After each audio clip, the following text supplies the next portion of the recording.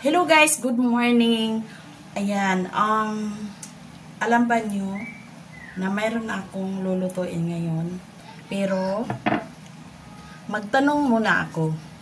Sino ba sa inyo ang marunong magluto ng bigas mais?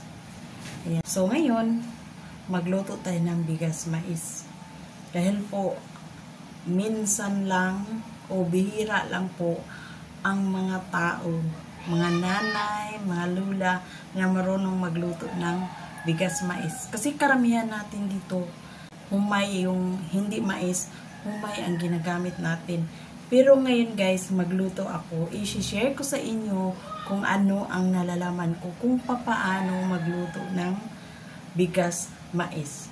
So, let's get started! So, ayan.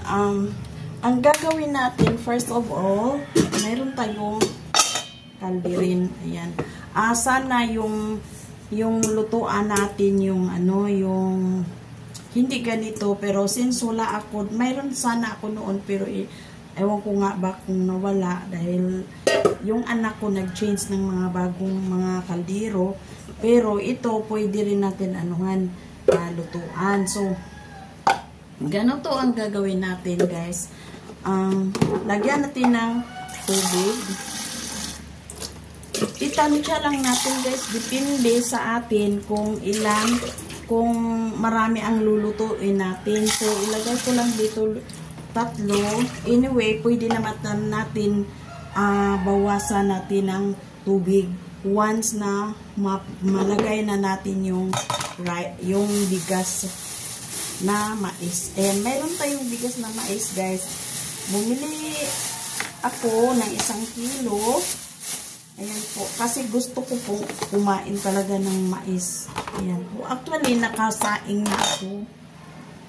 Nakasaing na po ako ng... Nakikita ba niyo ako? So, ngayon, isasalang na natin yung water. Mag-init po, mag-boil po tayo ng water. Ayan po, magpakulo na tayo ng tubig. Hanggang pag kumulo ito, ihalo na natin. Ilagay natin yung bigas mais. Hayaan natin yan kumulo. So, while wait tayo sa kung pinakulong tubig.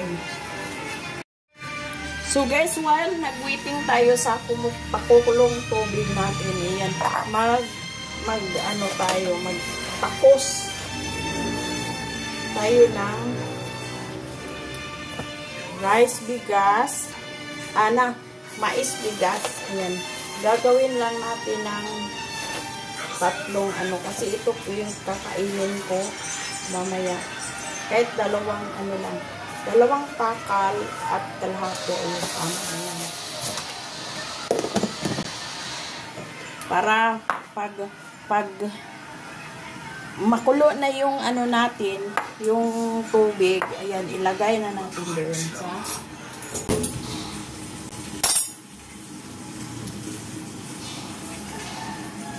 hintayin muna natin, guys. Ayan po, guys. Ayan, kumulo na yung tubig natin. Dito natin ilagay yung bigas mais. Ayan po, makikita nyo, yan. Ilagay natin dyan. Ay, pag ganyan. Ayan. So, habang nagbukal siya, ginaganyan natin, hinahalo natin siya. Ayan, ganyan, guys. Tapos, aalisin natin yung mga itim-itim o yung may mga nasa, kasi hindi naman perfecto yung rice, mayroon namang mga kunting mga yan. And then, hihinaan natin ng kunti. Hinaan natin yung apoy. Tapos, ayun. Maganda naman itong rice na to. Walang Wala siyang dumi-dumi. Walang itom-itom. Ayan. So, haluin natin ng haluin hanggang siya ay mag-uga. O, ganyan siya guys. Haluin siya natin ng mabuti. O, ganyan. Yan, lumalabas na yung aroma ng mais. Ang ganda. Kasi yung mais guys, malaking tulong sa katawan natin. Compare sa rice na bigas. Yung rice talaga, sa mga nakakaalam, dito ang mais talaga ang maganda kakainin, especially sa mga may mga diabetic. Yun. So ito guys, ano na siya, nag-uga na siya, 'di ba? Nag-uga na siya. So takpan natin guys hanggang siya ay ayan, tingnan niyo, maluto siya. Kasi hindi pa luto. To, takpan natin, tapos hinaan natin ang apoy. Hinaan. Ayan, mahina na yung apoy. Hanggang sa siya ay maluto. Ilaw. So, babalikan natin yan pag maluto na. Ayan guys, tingnan natin kung luto na yung mais natin na sinaing. Ayan guys, tingnan natin. Ayan, luto na. Wow, malambot. Oh, wow. Oh, diba? Tingnan natin ha. Tikman natin ha. Natin yung mais. Ayan, tingnan nyo. Wow, sarap. Ayan, ito na. Tikman natin.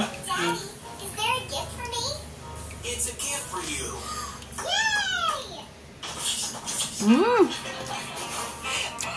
Sarap. Malambot guys. Hindi siya matigas. Lutong-luto na talaga. And then, ang sarap.